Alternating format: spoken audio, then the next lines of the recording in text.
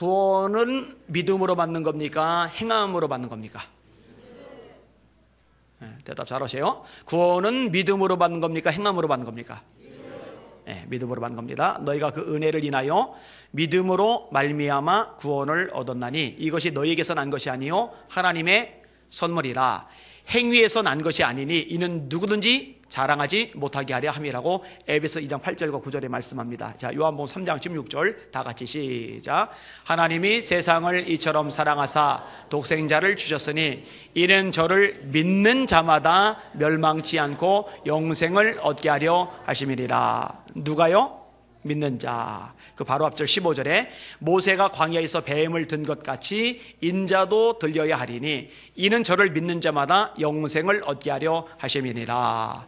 자, 요한복음 5장 14절 24절 지난주 암송 구절로 제가 제시했었잖아요. 애우시는 분들 따라서 해봅시다. 시작. 내가 진실로 진실로 너에게 이르노니 내 말을 듣고 또 나 보내신 이를 믿는 자는 영생을 얻었고 심판에 이르지 아니하나니 사망에서 생명으로 옮겼느니라. 믿음으로 구원받는 거예요.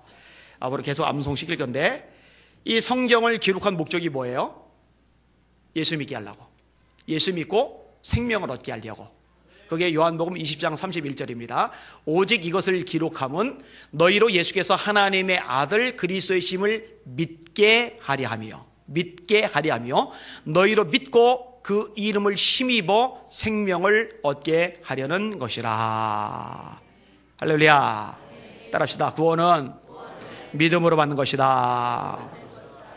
어떤 목사님이 탄광촌에서 전도를 해요.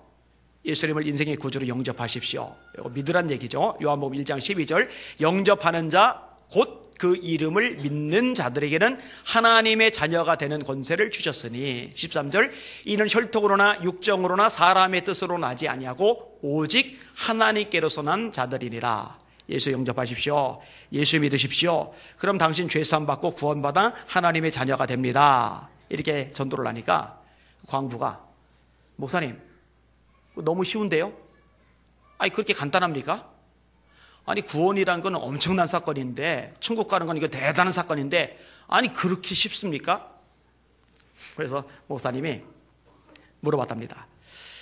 탄광갱도 밑에까지 이어진 엘리베이터 그걸 옆에 놔두고서 저 갱도 아래까지 내려가려면 어떡하죠? 광부가 말합니다. 엘리베이터 타고 단추만 누르면 됩니다. 아, 왜 이렇게 쉬워요? 왜 이렇게 간단합니까? 에이 목사님 간단하기는요 이거 갱도 뚫으라고 얼마나 고생하고 얼마나 많은 대가를 지불했는데요. 그 대가 지불하고 그렇게 고생하고 나서 이게 엘리베이터가 설치가 됐으니까 이제 간단해지고 쉬워진 거예요. 목사님이 맞다고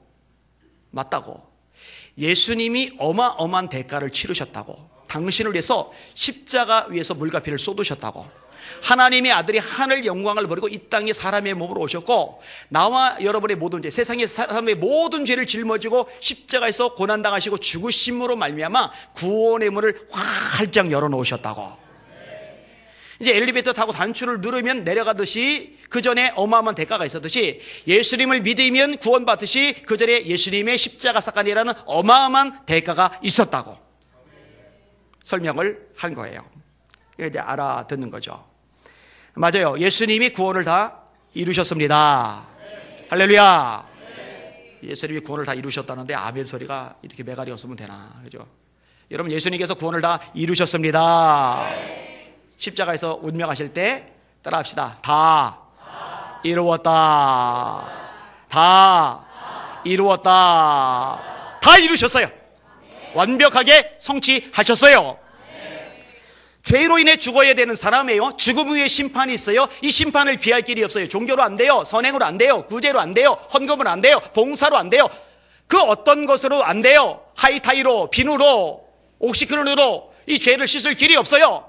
그래서 하나님이 멸망받을 수밖에 없는 인간들을 위해서 예수님을 보내셨고 예수님이 우리 모든 인류의 죄를 짊어지고 십자가에 죽으셨고 예수님을 믿을 때 예수님을 영접할 때 그 핏값으로 그 피의 능력과 공로로 저와 여러분의 모든 죄를 깨끗하게 도말해 주시는 줄 믿으시길 바랍니다. 이걸 복음이라고 하는 거예요. 그래서 찬송가에 그렇게 보혈 찬양이 많은 거예요. 제가 종종 부르죠. 아시는 분은 따라해 보세요. 이 세상의 모든 죄를 맑히시는 주의 보혈, 성자 예수 그 귀한 피 나를 위해 하셨네. 말로 영영할 수 없는 그 세주의 구속하신 그 은혜와 그 신사랑 찬송하고 찬송하세. 흰 눈보다도 주의 흘리신 보혈로 희게 씻어 주옵소서. 주의 흘리신 보혈로 희게 씻어 주옵소서. 죄에서 자유를 얻게 함은 보혈의 능력, 주의 보혈, 시험을 이기고 승리하니 참 놀라운 능력이로다. 주의 보혈, 주의 보혈 능력이 또다. 그의 피 믿으오. 주의 보혈 그 어린 양의 매우 귀중한 피로다. 할렐루야. 앞으로 보혈 찬양, 십자가 찬양 부를 때요, 감격하며 불러야 돼요. 그 주의 십자가 보혈로 죄 씻음 받기를 원하네. 내 죄를 씻으신 주 이름 찬송합시다. 할렐루야. 찬송합시다. 찬송합시다. 내 죄를 씻으신 주 찬송합시다. 이런 찬양목 찬송가이 가득해요. 이번 주간에 조일원 씨 만나서 이제 토크쇼를 했잖아요. 식당에서 같이 밥을 먹는데 역시 연예인들이 유명한가 봐요. 그 식당 종업원들이 저를 보고는 아는 체를 안 하는데 조일원 씨 보고는 다 아는 체를 하더라고요. 그래서 내가 조일원 씨보다 덜 유명하구나. 그런데 이분이 25년간 남묘 호랑개교를 믿었어요. 그 다음에 일본에서 반, 한국에서 반 왔다 갔다 이렇게 사셨는데 일본 불교에 심취를 했어요. 그 다음에 이제 뇌혁명 이런 관련된 책들, 철학서들에 막 목을 걸어요. 이분이요, 그냥 연예인이 아니라 진리에 대한 욕구가 아주 강렬한 분이더라고요. 책도 많이 읽고. 그래서 제가 얘기가 잘 통하겠다고 제가 그런 얘기를 했어요. 그런데 이분이요, 예수님을 만난 거예요. 예수님을 구주로 영접한 거예요. 성경을 얼마나 파고드는지요, 하루에 2시간씩 소리내서 성경을 읽어요. 하루에 2시간씩 매일, 하루도 안 걸르고. 이분 바쁘더라고요. 부산에서 일정 마치고 그 다음에 벌교로 또 이동을 하더라고요. 연예인들 바쁘잖아요. 할 일 많잖아요. 근데 매일 2시간씩. 그리고 성경을 읽도록 그룹을 여러 개 만들어서 사람을 초대를 해요. 종류별로 다 초대를 해요. 초대해서 같이 성경을 읽고 낭송한 걸 올리고 이러면서 변화의 역사가 일어나요. 자살 시도하기 직전에 연예인 한 명이 또 예수 믿고 구원받고 변화가 돼요. 그 최진실 씨의 딸 얘기도 하더라고요. 최진실 씨 자살했잖아요. 그 남편 자살했잖아요. 삼촌 자살했잖아요. 그러니까 이 딸아이가 세상에서 가장 불행한 사람이 나다. 그렇죠? 아빠, 엄마, 삼촌 셋 다 자살을 해버렸으니까. 그런데 지금 삶이 변화됐어요. 이런데도 아주 역할을 잘하더라고요. 그런데 이분이요, 예수님 얘기를 끄집어내면서 울어요. 울먹울먹해요. 막 눈물이 막 글썽글썽해요. 막 감격해가지고. 세상에 어떤 종교 어느 누가 나를 위해 대신 죽어졌냐는 거예요. 어느 누가 나를 대신해서 죽어줬냐 이거예요. 예수님밖에 없더라는 거예요. 예수님만이 내 죄를 위해서 십자가에 피를 흘려 죽으셨다는 거예요. 할렐루야. 여러분, 나를 위해서 돈 줘도 고맙죠. 간 이식해줘도 고맙죠. 신장 이식해줘도 고맙죠. 그런데 목숨을 누가 통으로 주겠어요? 안 쉬워요. 그런데 예수님이 저를 위해서 여러분을 위해서 목숨을 내어 주셨단 말이에요. 우리가 연약할 때에 계약대로 그리스도께서 우리를 위하여 죽으셨도다. 의인을 위하여 용감히 죽는 자가 의인을 위하여 죽는 자가 쉽지 않고 선인을 위하여 용감히 죽는 자가 혹시 있거니와, 우리가 아직 죄인 되었을 때에 그리스도께서 우리를 위하여 죽으심으로 하나님께서 우리에게 대한 자기의 사랑을 확증하셨느니라. 예수님만이 그렇게 하셨어요. 다 이루어 주신 겁니다. 근데 문제는 뭐냐? 다 이루셨는데 예수님만으로 충분한데 모자라다고 하는 거예요. 그 모자라다고 말하는 대표적인 이단이 율법주의입니다. 율법주의. 자, 이 율법주의가 안디옥교에 침투를 했어요. 제가 사도행전 15장 1절 2절 읽어드릴게요. 어떤 사람들이 유대로부터 내려와서 형제들을 가르치되 너희가 모세의 법대로 할례를 받지 아니하면 능히 구원을 받지 못하리라. 모세의 법대로 할례를 받지 아니하면, 율법주의는 두 가지가 핵심이에요. 하나는 할례 받아야 구원받는다. 하나는 율법을 지켜야 구원받는다. 할례 받아야 구원받는다. 율법을 지켜야 구원받는다. 너희가 모세의 법대로 할례를 받지 아니하면 능히 구원을 받지 못하리라 하니 바울 및 바나바와 그들 사이에 적지 아니한 다툼과 변론이 일어난지라. 형제들이 이 문제에 대하여 바울과 바나바 및 그 중에 몇 사람을 예루살렘에 있는 사도와 장로들에게 보내기로 작정하니라. 왜 바울과 바나바가 스스로 결정을 못하고 예루살렘 사도들에게로 갔을까? 간단해요. 요 당시는 바울이 예수 믿은 지 얼마 안 돼요. 사역한 지 얼마 안 돼요. 영적 영향력이 별로 없어요. 베드로 포함한 사도들에게 고난이 있어요. 그들에게 간 거예요. 자, 회의가 진행이 돼요. 논란이 벌어져요. 그리고 이제 베드로가 정리를 내립니다. 들어보세요. 많은 변론이 있은 후에 베드로가 일어나 말하되 형제들아 너희도 알거니와 하나님이 이방인들로 내 입에서 복음의 말씀을 들어 믿게 하시려고 오래전부터 너희 가운데서 나를 택하시고 또 마음을 아시는 하나님이 우리에게와 같이 그들에게도 성령을 주어 증언하시고, 들으세요, 믿음으로 그들의 마음을 깨끗하게 하사, 따라합시다. 믿음으로 그들의 마음을 깨끗하게 하사 그들이나 우리나 차별하지 아니하셨느니라. 그런데 지금 너희가 어찌하여 하나님을 시험하여 우리 조상과 우리도 능히 매지 못하던 멍에를 제자들의 목에 두려느냐. 그러나 우리는 그들이 우리와 동일하게 주 예수의 은혜로 구원받는 줄을 믿노라. 이게 이제 베드로의 선언이고요. 그런데요, 최종적인 결론은 베드로가 내리질 않아요. 야고보가 내려요. 야고보 사도가. 야고보 사도는 요한의 형제 야고보를 말하는 게 아닙니다. 요한의 형제 야고보는 일찍 죽었어요. 헤롯에 의해서 순교당했어요. 그럼 사도행전 15장 사도회의에 나오는 이 결정권자 야고보는 누구냐? 예수님의 동생 야고보입니다. 예수님의 동생 야고보는 예수님을 안 믿었었거든요. 근데 나중에 예수님을 영접하게 돼요. 이분은 기도의 사람으로 유명합니다. 그래서 낙타 무릎 하면은 야고보 사도를 말해요. 낙타 무릎. 왜냐면은 기도하느라고 무릎을 너무 꿇어서 이 무릎에 굳은 살이 배겼어요. 낙타 무릎처럼 딱딱해졌어요. 그래서 별명이 낙타 무릎이에요. 예루살렘 교회에서 강력한 영향력과 리더십을 발휘했던 사도가 야고보인데, 이 야고보가 결론을 내려요. 잘 들어보세요. 말을 마침에 야고보가 대답하여 이르되 형제들아 내 말을 들으라. 하나님이 처음으로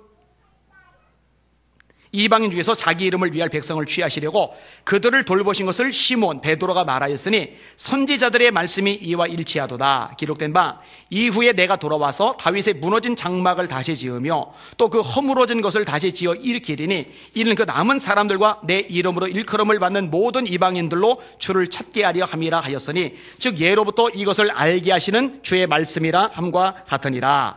그러므로 내 의견에는 이방인 중에서 하나님께로 돌아오는 자들을 괴롭게 하지 말고 다만 우상의 더러운 것과 음행과 목매어 죽인 것과 피를 멀리하라고 편지하는 것이 옳으니 이는 예로부터 각 성에서 모세를 전하는 자가 있어 안식일마다 회당에서 그 글을 읽음이라 하더라. 결론을 내려요. 여러분, 갈레아디아 교회에 이 거짓 조사들이 들어왔어요. 이 잘못된 복음을 전해요. 다른 복음을 전해요. 바울 사도가요, 노발대발합니다. 갈라디아서 1장이에요. 그리스의 은혜로 너희를 부르시니를 이같이 속히 떠나, 예수님을 떠났대요. 예수를 속히 떠나 다른 복음을 따르는 것을 내가 이상하게 여기노라. 다른 복음은 없나니 다만 어떤 사람들이 너희를 교란하게 하여 그리스의 복음을 변하게 하려 함이라. 그러나 우리나 혹 하늘에서 내려온 천사들이라 할지라도 내가 너에게 전한 복음 외에 다른 복음을 전하면 저주를 받을지어다. 따라합시다. 다른 복음을 전하면 저주를 받을지어다. 바울사도 너무 싸나운 거 아니에요? 너무 성질 더러운 거 아니에요? 저주라는 말을 이렇게 함부로 해요? 근데 그 말 나오는 게 마땅해요. 십자가에서 예수님이 어마어마한 고난으로 하나님의 아들이 그 어마어마한 십자가의 죽음으로 구원을 다 이루셨는데 그것만으로 모자라다 그렇게 말하는 그걸 어떻게 용납을 해요? 천사들이라 해도 용납이 안 돼요. 우리가 전에 말했거니와 내가 지금 다시 말하노니 누구든지 만일 너희가 받은 것 외에 다른 복음을 전하면 저주를 받을지어다. 2번이나 나와요. 저주를 받을지어다. 다른 복음 안 돼요. 다른 복음이 뭐라고 그랬어요? 오늘 본문에서 율법주의는 문제가 뭐예요? 예수님만으로 충분하지 않다는 거예요. 예수님 플러스 할례도 받아라. 예수님 플러스 율법도 지켜라. 할례도 받아야 율법도 지켜야 구원받는다. 이건 다른 복음이에요. 근데 여러분 이런 다른 복음이요 역사를 두고 계속 반복이 됩니다. 지금도 율법주의 있어요. 그게 안식교입니다. 저 사동동에 있는 큰 교회 있죠. 거기 유월절 지켜요. 초막절 지켜요. 안식일 지켜요. 골로새서 2장이 나옵니다. 날과 절기 이런 것들로 너희를 비판하지 못하게 하라. 안식일 이런 걸로 너희를 비판하지 못하게 하라. 여러분 아까 오전에 성경 공부 시간에도 제가 다뤘는데 예루살렘 이스라엘에 대한 관심은 굉장히 중요해요. 왜냐하면 하나님이 이 세상 만물을 움직여가는데 리트머스 시험지로 주신 나라가 이스라엘입니다. 그러니까 이스라엘을 보면서 지금 시대가 어떤 시대인지를 볼 수 있는 영적 통찰력을 얻게 되는 거예요. 여러분 나라가요 한 100년만 주권을 잃어도요 나라 유지가 잘 안 됩니다. 한 500년 주권 잃었다 그럼 나라, 정신, 문화 다 사라집니다. 우리나라가 겨우 36년 일본 지배받았잖아요. 근데 36년 휴유증이 너무 심했어요. 식민사관, 식민가치관, 이 패배의식. 만약에 우리나라가 36년이 아니라 한 200년 일본 밑에 있었다면 어떻게 됐을까? 아마 우리나라 정신, 문화 다 말살됐을 가능성이 높아요.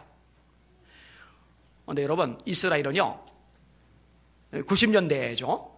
제가 정확하게 기억을 못해 까먹었어요.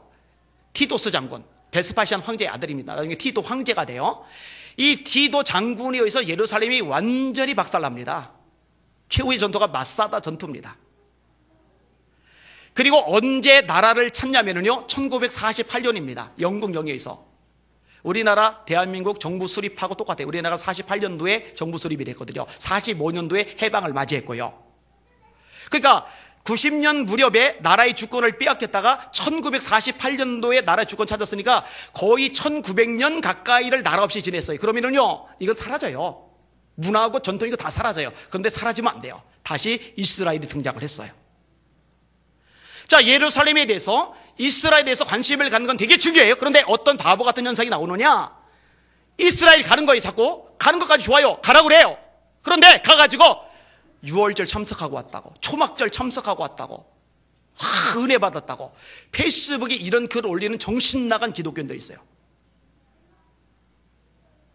뭔 헛소리를 하는 거예요.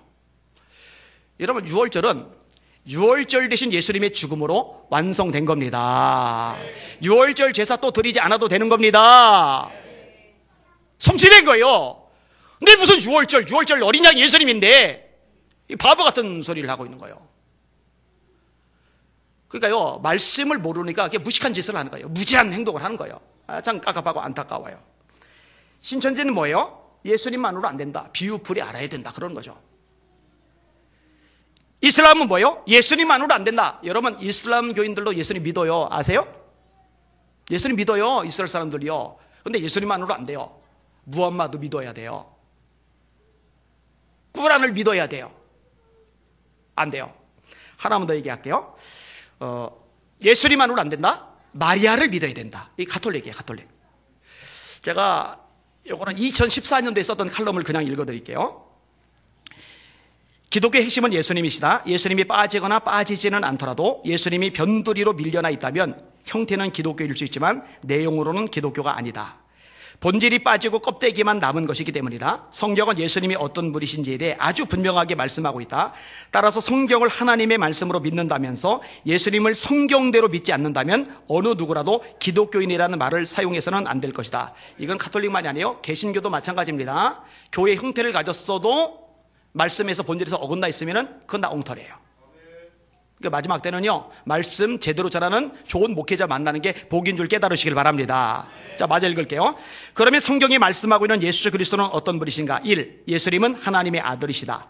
예수님은 결코 4대 성인 따위가 아니시다. 위대한 혁명가도 아니고 탁월한 교육자도 아니고 종교의 창시자도 아니다. 예수님은 하나님의 아들이시다.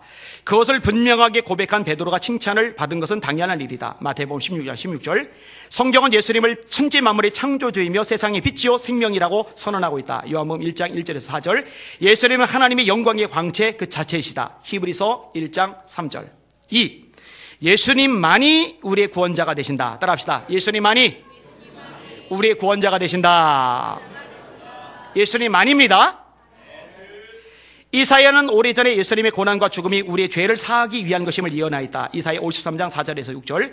십자가에서 운명하실 때 손과 발이 못 박히신 것도 시편 22편 16절, 예수님의 옷을 제비 뽑는 것도 시편 22편 18절 다 예언되어 있다.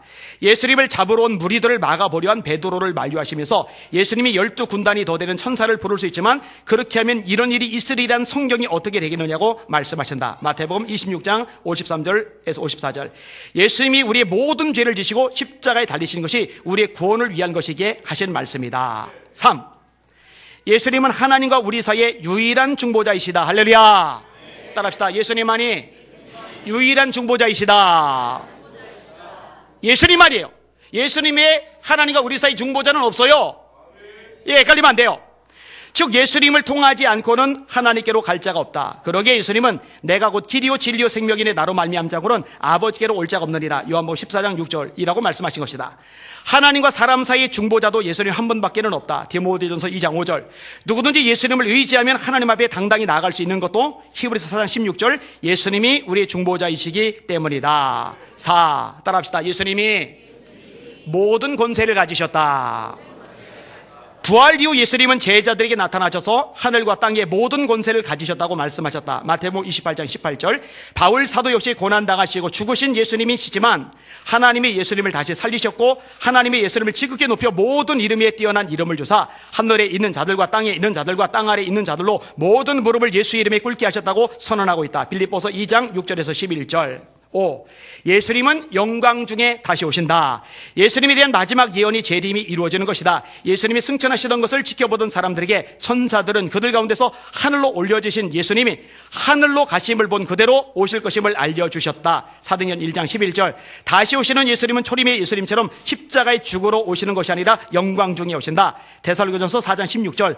또한 심판자로 오시기에 많은 사람이 애곡할 것이라고 성경은 말씀하고 있다. 계시록 1장 10절. 사실 위에 언급한 것 외에 예수님에 대해 이야기할 것이 한없이 많다. 예수님은 성경이 예수님 자신에 대한 것이라고 말씀하셨다. 요한복음 5장 39절, 이번 주 암송 구절이에요.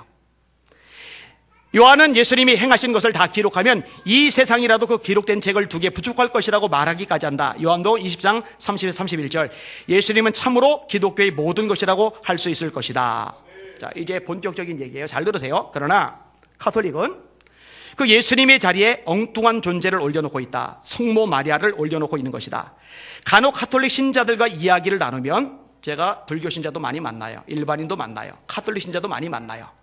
제가 목사 타이틀만 가진 게 아니라 다양한 역할을 하기 때문에 다양한 사람들이 저를 찾으러 오거든요. 가톨릭 신자들과 이야기를 나누면 마리아를 숭배하는 것이 아니라 존경하는 것이라고 답을 한다. 그런 답을 하는 것은 둘 중에 하나이다. 가톨릭 신자라고 하면서 가톨릭을 모르거나 알면서 거짓말을 하는 것이다. 가톨릭의 입장은 절대로 마리아를 존경하는 차원에 머물지 않는다. 마리아를 예수님 수준으로 끌어올려놓고 있는 것이다. 아래는 가톨릭의 교리 문답 내용이다. 가톨릭 공식 사이트 들어가서 교리 문답 찾아보세요. 거기에서 마리아라는 항목 어떻게 말씀하고 있는지 찾아보세요. 제가 읽어드릴게요. 하느님은, 가톨릭은 하나님이라고 하네요. 하느님이라고 그래요. 가톨릭은 하느님이라고 해요. 하느님은 마리아에게 어떤 은혜를 주셨는가? 답. 하느님은 마리아에게 은총을 가득히 주시어 하느님의 어머니가 되게 하시고 하늘에 오르게 하셨다. 하느님의 어머니가 되게 하시고 하늘에 오르게 하셨다. 마리아가 하느님의 어머니라는 뜻은 무엇인가? 답. 예수는 마리아의 태중에 임신되기 이전부터 하느님이셨고 출생 이후에도 하느님이시라는 것을 뜻한다. 즉 마리아는 하느님이신 분을 낳으신 것이다. 동정녀에게서 예수님이 나셨다는 뜻은 무엇인가? 답, 예수는 인간의 부부 생활로 태어난 것이 아니라 마리아가 성령의 힘으로 예수를 임신하였다는 것을 뜻한다. 마리아의 영원한 동정성은 무엇을 뜻하는가? 여러분 처음 듣죠? 마리아의 영원한 동정성. 영원한 동정성. 답, 마리아는 성령의 힘을 통하여 그리스도를 낳았고 그 후에도 하나님의 은총을 언제나 보존하였음을 뜻한다. 마리아의 원죄 없이 태어났음과 하늘의 올림을 받았다는 사실은 무엇을 말하는가? 여러분 이거 생소하죠? 여러분 성경에서 원죄가 없이 태어난 사람은 딱 한 사람이에요. 예수님. 혹시 마리아가 원죄 없이 태어났다는 얘기 들어본 적 있어요? 여러분 승천하신 분은 예수님 한 분이에요. 혹시 마리아가 승천했다는 얘기 들어본 적 있어요? 가톨릭의 공식 가르침이에요. 마리아의 원죄 없이 태어났음과 하늘의 올림을 받았다는 사실은 무엇을 말하는가? 답, 모든 인간이 원죄에 물들은 채 태어나지만 마리아는 하나님이신 예수님을 임신할 몸이므로 하나님의 특별한 은총을 받았으며 이런 특별한 은총에 힘입어 죽은 후에도 그 육신은 하느님에 의해 하나님 나라로 들려 올려졌음을 뜻한다. 여러분 성경 뒤져보세요. 예수님이 승천하시는 대목을 나와요. 승천하실 때 갈릴리 사람들아 너희가 어찌하여 하늘을 쳐다보느냐? 너희 가운데서 하늘로 올리우신 이 예수는 하늘로 가심을 본 그대로 다시 오시리라. 이 구절은 있어요. 근데 마리아가 승천한 구절 어디 있어요? 찾아봐요. 우상숭배이 아니에요. 잘 판단해요. 우상숭배이 아니에요. 예수님 자리를 차지했어요, 안 차지했어요? 맞아 읽을게요. 제 칼럼이에요. 원죄 없이 태어나신 분은 예수님 뿐이시다. 모든 사람은 다 죄가 있다. 로마서 3장 23절. 그런데 가톨릭은 마리아가 원죄 없이 태어났다고 가르친다. 죽음을 이기고 부활하신 후 승천하시는 분은 예수님 뿐이시다. 그런데 가톨릭은 마리아가 승천하였다고 가르치고 있다. 예수님의 자리에 마리아를 올려놓고 있는 것이 아니고 무엇인가? 이보다 더 충격적인 것이 있다. 정말 제대로 된 기독교인이라면 찬양의 대상이 오직 삼위일체 하나님 뿐이시라는 것을 부인하지 않는다. 인정하시면 아멘. 성부, 성자, 성령, 삼위일체 하나님 외에는 어느 누구도 찬양하면 안 됩니다. 대형교회 목사라도 찬양받으면 그 사기꾼이에요. 이단이에요. 교주예요. 교황도 찬양받으면 안 돼요. 인간은 어느 누구도 아무리 대단해도 아무리 위대해도 아무리 훌륭해도 찬양의 대상이 안 돼요. 찬양은 성부, 성자, 성령, 삼위일체 하나님 그분만이 받으셔야 됩니다.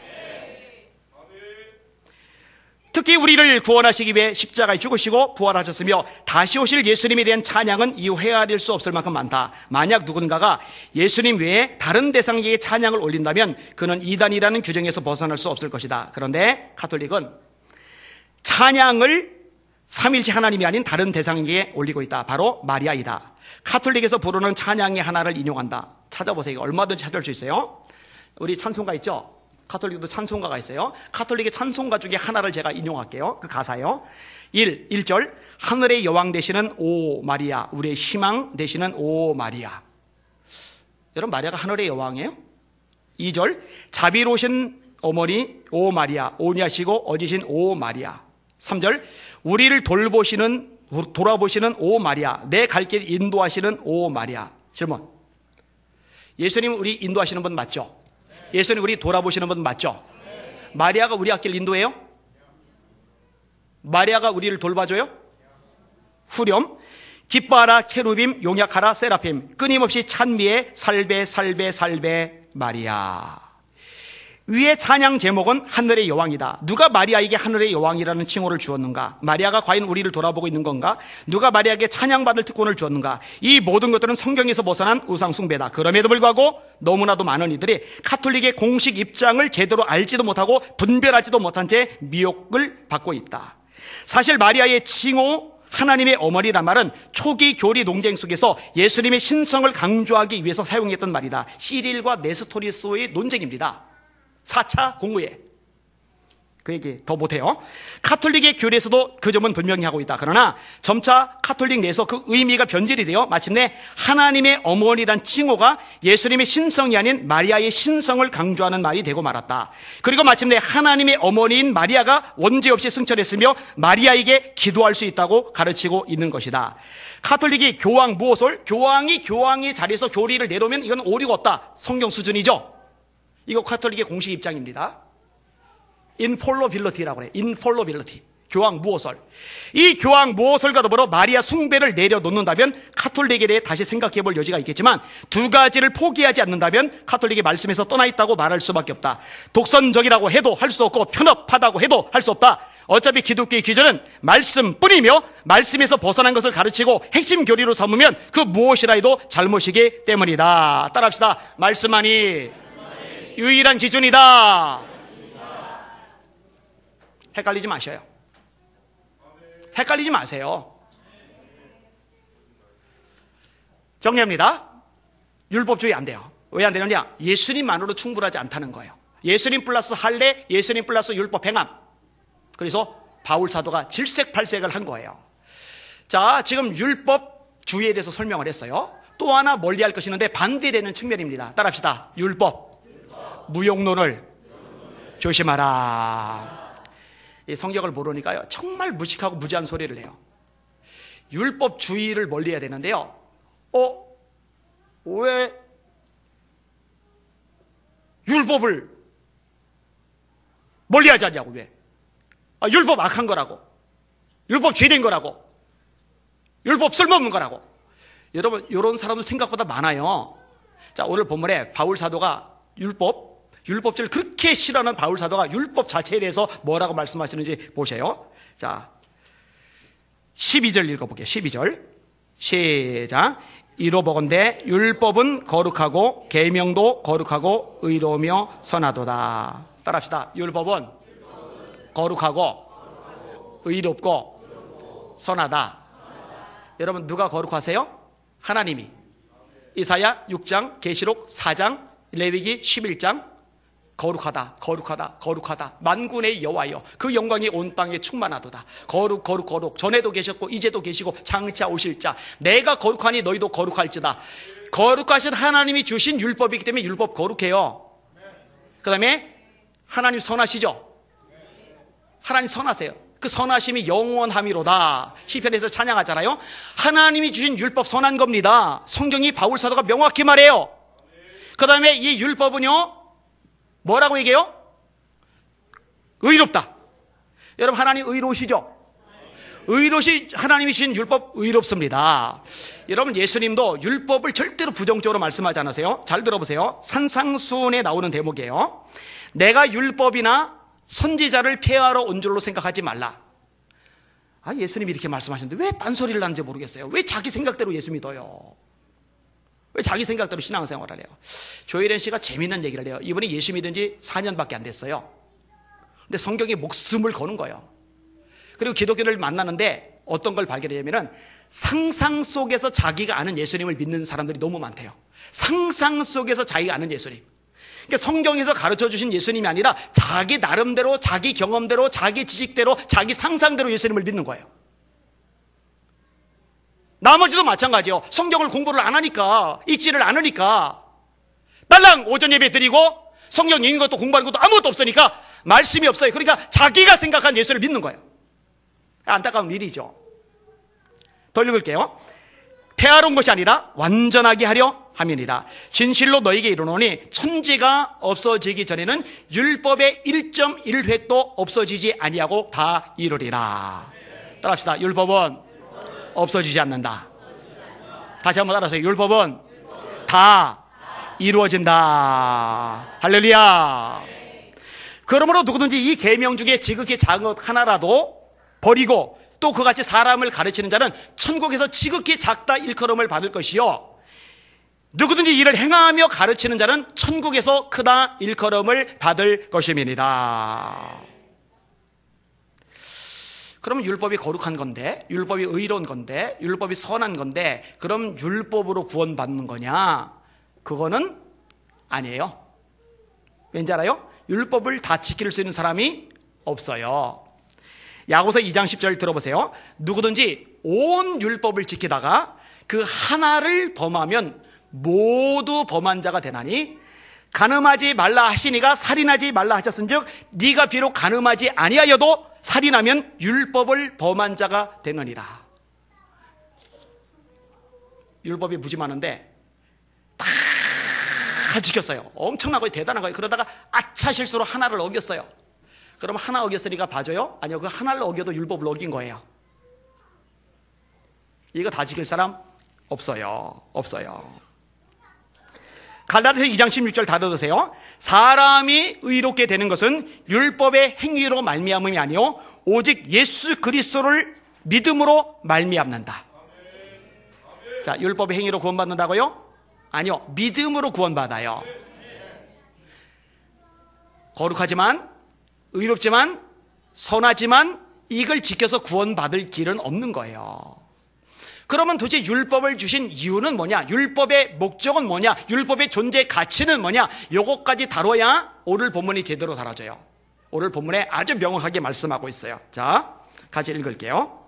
7절, 8절, 9절 읽겠습니다. 시작.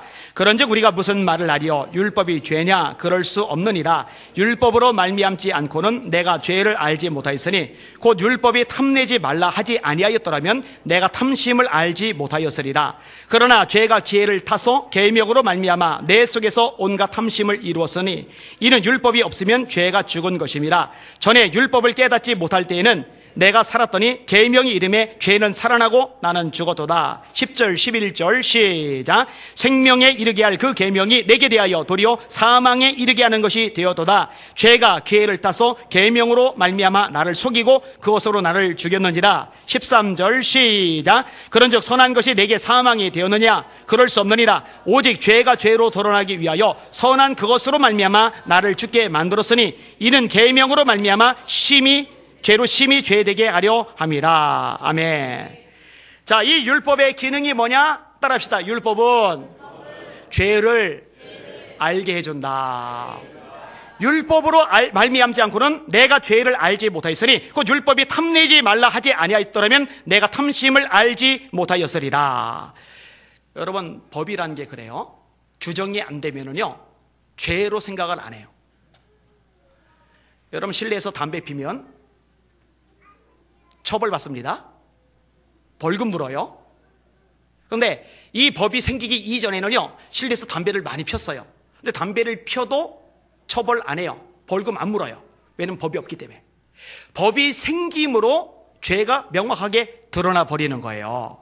그러니까 율법이 죄라고 규정을 안 하면 죄인 줄도 모르고 살았을 텐데, 율법이 죄가 뭔지 하나님의 기준에서요, 하나님의 입장에서 죄가 뭔지 규정해 놓으니까 아, 이게 죄구나, 하나님 말씀을 어긴 거구나, 하나님에서 떠난 거구나, 하나님의 계명을 벗어났구나, 이걸 알게 만들어줘요.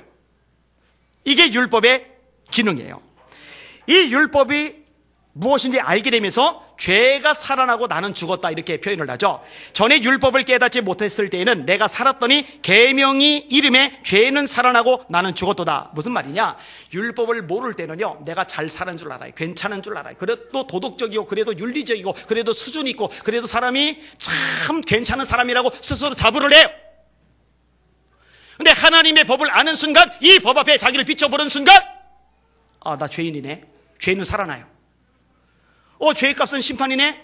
내가 죽음 안에 놓여있네. 내가 심판 아래 놓여있네. 나는 죽어요. 죄는 살아요. 여기 그런 의미를 가지고 있는 거예요. 이게 율법의 기능인 거예요. 이런 바울 사도의 탄식도 율법을 알게 나오는 겁니다. 오호라, 나는 곤고한 사람이로다. 이 사망의 몸에서 누가 나를 건져내랴. 24절, 아마 다음 주 중에 이 본문을 다룰 거예요. 오호라, 나는 곤고한 사람이로다. 이 사망의 몸에서 누가 나를 건져내랴. 하나님의 법을 아니까 나오는 거예요. 이 율법은요 결국 우리를 사망에 이르게 하는 거예요. 생명에 이르게 할 그 계명이 내게 대하여 도리어 사망에 이르게 하는 것이 되었도다. 죄인임을 선포하고 죄값으로 사망임을, 죄값으로 심판임을 선포하는 기능이 율법에게 있는 거예요. 이게 율법의 기능이에요. 결론적으로 죄를 심히 죄되게 하는 게 율법입니다. 이는 계명으로 말미암아 죄로 심히 죄되게 하려 함이라. 그러면은 이게 율법의 기능 다냐? 아니에요. 진짜 중요한 기능이 따로 있어요. 아, 내가 죄인이구나. 내가 죄 때문에 죽어야 되는구나. 죽음에 심판받아 마땅하구나. 이거를 깨달으면은 그럼 예수 믿어야지. 예수님만이 내 죄를 사하시는데, 예수님만이 내 죄를 깨끗하게 도말하시는데 나 그럼 예수 믿어야지. 할렐루야. 결국 율법은 예수님을 믿게 하는 도구요, 수단이요, 하나님의 계획이요, 섭리라는 거 깨달으시기를 주님의 이름으로 축원합니다. 그래서요, 갈라디아 3장이 이렇게 말씀합니다. 믿음이 오기 전에 우리는 율법 아래 매인바되고 계시될 믿음의 때까지 갇혔느니라. 이것이 율법이 우리를 그리스도에게로 인도하는 초동교사가 되어 우리로 하여금 믿음으로 말미암아 의롭다함을 얻게 하려 함이라. 따라합시다. 율법은 우리를 예수님께 인도하는 초동교사이다. 할렐루야. 교리 설교가 어려워요. 자칫하면 엄청 지루해질 수 있어요. 그런데 꼭 필요해요. 왜냐하면 성경의 핵심적인 진리를 가르치는 거니까. 정리해 볼게요. 율법 악한 거예요? 율법 쓸모없는 거예요? 율법 무용론은 가능한 거예요? 절대로 안 됩니다. 절대로 안 됩니다. 율법 거룩합니다. 율법 의롭습니다. 율법 선한 겁니다. 이 율법을 통해 그럼 구원받아요? 그거는 아니에요. 이 율법은 우리가 죄인됨을 깨닫게 해요. 죄의 값이 사망임을 알게 해요. 따라서 이 죄를 해결할 방법이 예수밖에 없기에 예수 믿어야 내가 사는구나, 예수 믿어야 내가 죄사함 받는구나, 예수 믿어야 내가 심판을 피하는구나, 예수 믿어야 내가 영원한 지옥에 떨어지지 않고 구원받아 천국에 들어가 하나님의 아들로 살 수 있구나, 예수 믿어야지. 우리를 예수 그리스도에게로 인도하는 초동교사 역할을 하는 것, 그게 율법인 거예요. 그러니까 우리는 두 가지를 조심해야 돼요. 하나는 율법주의, 또 하나는 율법 무용론. 율법주의도 조심해야 되고 율법 무용론도 조심해야 돼요. 그런데 이 두 가지가 한국 교회 안에 들어와서요, 어떤 사람들은 율법주의에 빠져버렸어요. 어떤 사람은 율법 무용론에 빠져버렸어요. 둘 다 똑같이 무식한 거예요. 똑같이 무지한 거예요. 뭘 무지한 거예요? 성경에 대해서 무시한 거예요. 그래서 오늘 설교의 제목 이렇게 잡은 겁니다. 따라합시다. 율법주의와 율법 무용론을 다 조심하라. 할렐루야. 따라합시다. 예수님만으로 충분합니다. 아멘. 아멘. 한 번 더. 예수님만으로 충분합니다. 아멘. 그 예수님을 여러분 인생의 주님으로 영접하시고 그 주님과 동행하며 살다가 주님과 함께 영원한 천국에 들어가시는 저와 여러분들 되시기를 예수님의 이름으로 축원합니다. 축원합니다. 축원합니다. 기도하겠습니다. 합심하여 기도하시는데, 하나님, 제가 말씀 위에 선 믿음 되게 하여 주시옵소서. 내 생각으로 예수 믿지 말게 해주십시오. 내 경험으로 내 지식으로 예수 믿지 말게 해주십시오. 철저하게 말씀 앞에 바로 서게 하여 주시옵소서. 두 번째로, 우리 예수